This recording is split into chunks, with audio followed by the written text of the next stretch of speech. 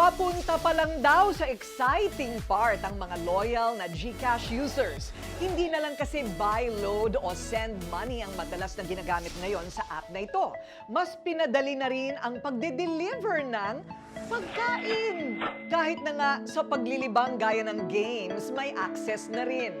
No cash on hand, pero nagbabalak bumili ng gadget o appliances, aba, caring-carry na rin. At mula sa pag-iipon hanggang sa pagsesiguro o pag-i-insure ng sarili. Mga gamit, pati ng pag-alaga ng aso, nasa GCash na. Sa episode na ito, yan ang ating ibibida. Kaya manood, makinig, sumagot ng tanong at magkaroon ng chance na manalo ng libreng load.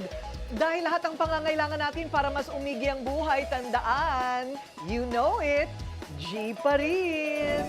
Higit sa 60 milyong Pilipino ang may GCash app ngayon. Mas gumaan ang transaksyon pagdating sa pagpapadala at pagtanggap ng pera. Kahit pa nga ang pagbili ng load. Pero kung yan lang ang nakasanayang gawin na serbisyo sa loob ng app na ito, wait, there's more!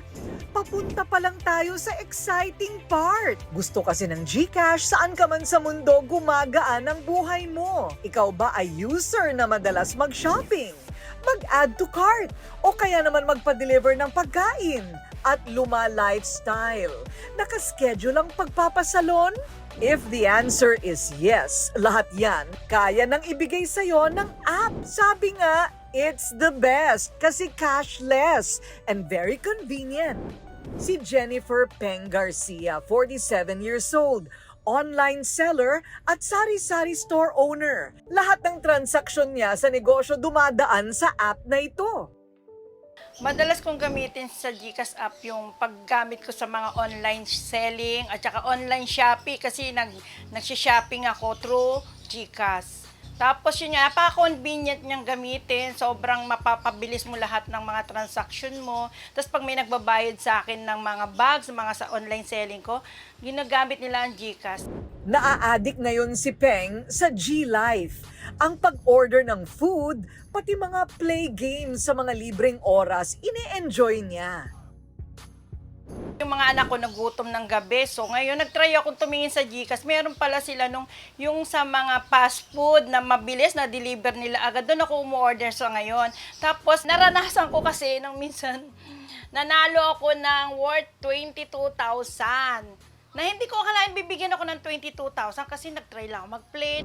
Kaya naman sa dalas ng paggamit ni Peng ng kanyang app na daragdagan din ang points niya at umaabot nga sa 800 ang kanyang G-score. Dahil dito na-availo na access ni Peng ang G-Gives kung saan kahit wala siyang credit card o money on hand ay nakabili siya ng gusto niyang gamit. Ito, ito yung ginamit ko dito kasi gusto ko magkaroon ng videoke. Meron siyang libreng microphone. Ginamit ko rin siya sa pagbili ng cellphone. Tapos niya yung printer, ayan. Kahit pa paano yung printer, kasi di ba nag-online selling ako, nagpiprint ako ng waybill. Yun yung isang malaking bagay sa akin yung printer na nabili ko. Para sa mga GCash users na hindi pa madalas gumamit ng G-Life o G-Gives, baka nahuhuli na kayo sa latest? In G-Life, we currently have over 400 partner merchants ranging from those that offer you your daily essentials like groceries, food and bev, and retail, to those that offer services which help you get your chores and errands done. But then another notable feature G-Life has is its play to earn gaming, where you can choose from a wide assortment of super exciting games that allow you to earn money while having fun. At para naman sa abangers at walang credit card, G-Gives is the key. Ang G-Gives ay isang product ng GCash kung saan binibigyan namin ang customer ng credit limit up to 50,000 pesos na pwede niyang magamit pambili ng mga large-priced items such as mobile phones, laptops, home appliances, or home furnitures.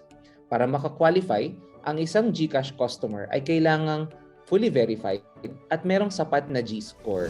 Para sa akin, 101% yung G-Gives kasi sabi ko nga, dito lang ako makakakuha ng mga items na worth 30,000 na wala ako nilalabas na pera.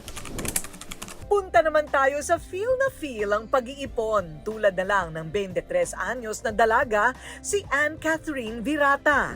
Nung high school, college po ako, pag may gusto akong gawin, parang sabi ni mama, hindi kami mayaman. Kung nagagawa yun ng mga friends ko, ako po, kailangan ko pong pag-ipunan. Doon namulat sa saving. Lumaking walang ama, nakita niya ang sakripisyo ng ina sa pagpapalaki sa kanilang dalawang magkakapatid. Kaya naman ngayong may kakayahan na siya na itaguyod ang sarili, pinapahalagahan niya ang bawat sentimo mula sa kinikita bilang empleyado sa isang multinational company. Si Anne ay isa ring financial coach.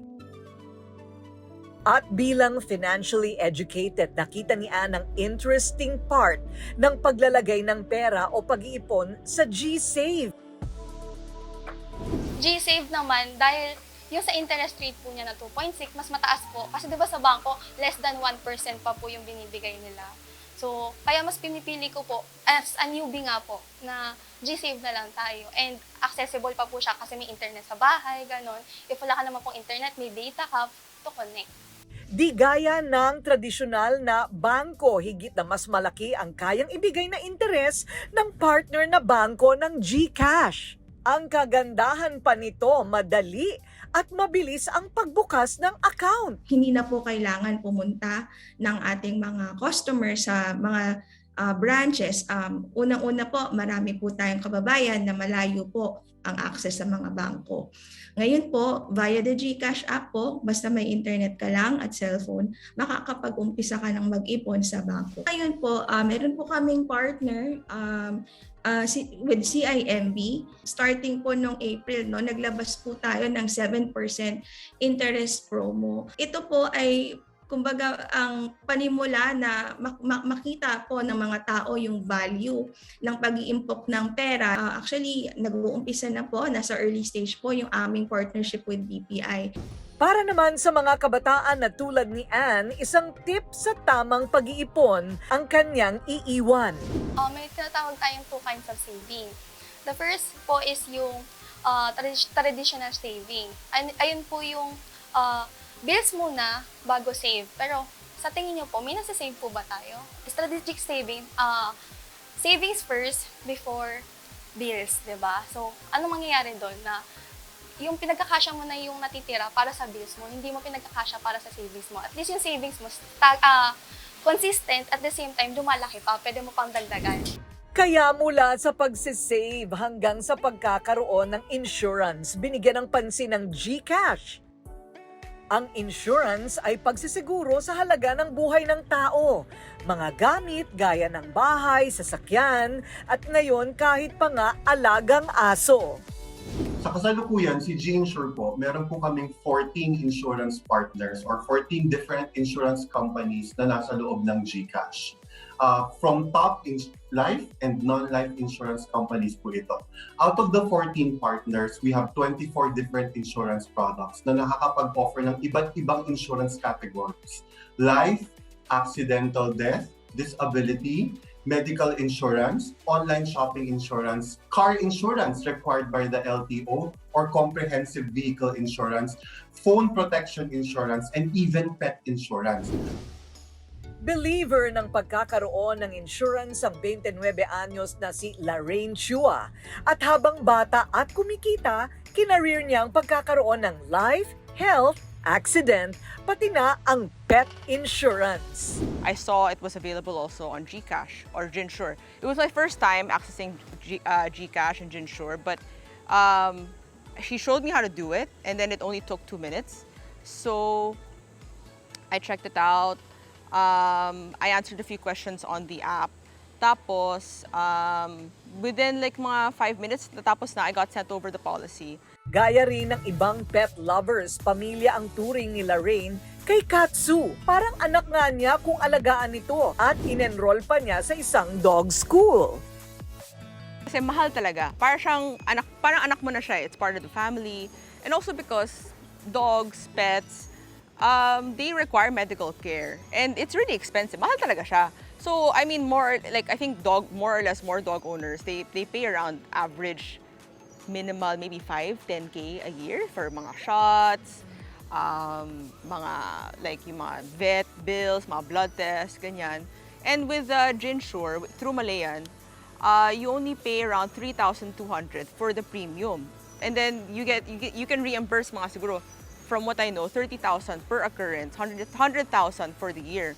Sa halagang 3,200 na insure ni Lorraine si Katsu sa loob ng 1 taon. At kahit pa nga nagkasakit o maaksidente ang kanyang alaga, covered ang mga gastusin ng insurance for up to 100,000 pesos. Lahat ng bagay ngayon, pwede nang i-insure. And yun po yung goal namin dito sa G-Insure, sa GCash. Si Pet Insure po, ini-insure po namin ang lahat ng klase ng aso. So we don't discriminate whether may breed siya or wala siyang breed, 'di ba? Ini-insure po namin sila.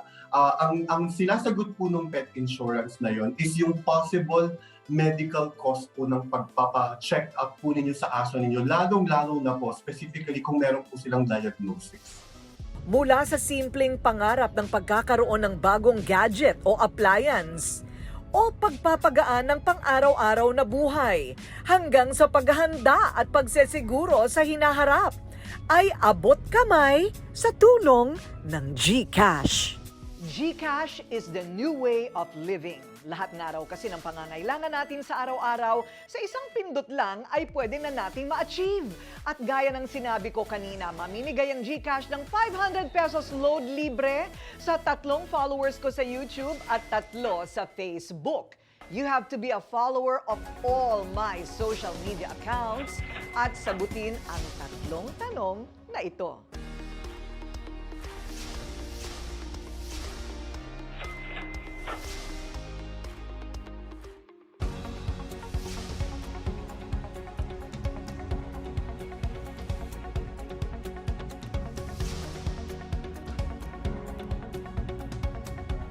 Again, kung ano man ang pangangailangan para mas umigi ang buhay, you know it, G pa rin!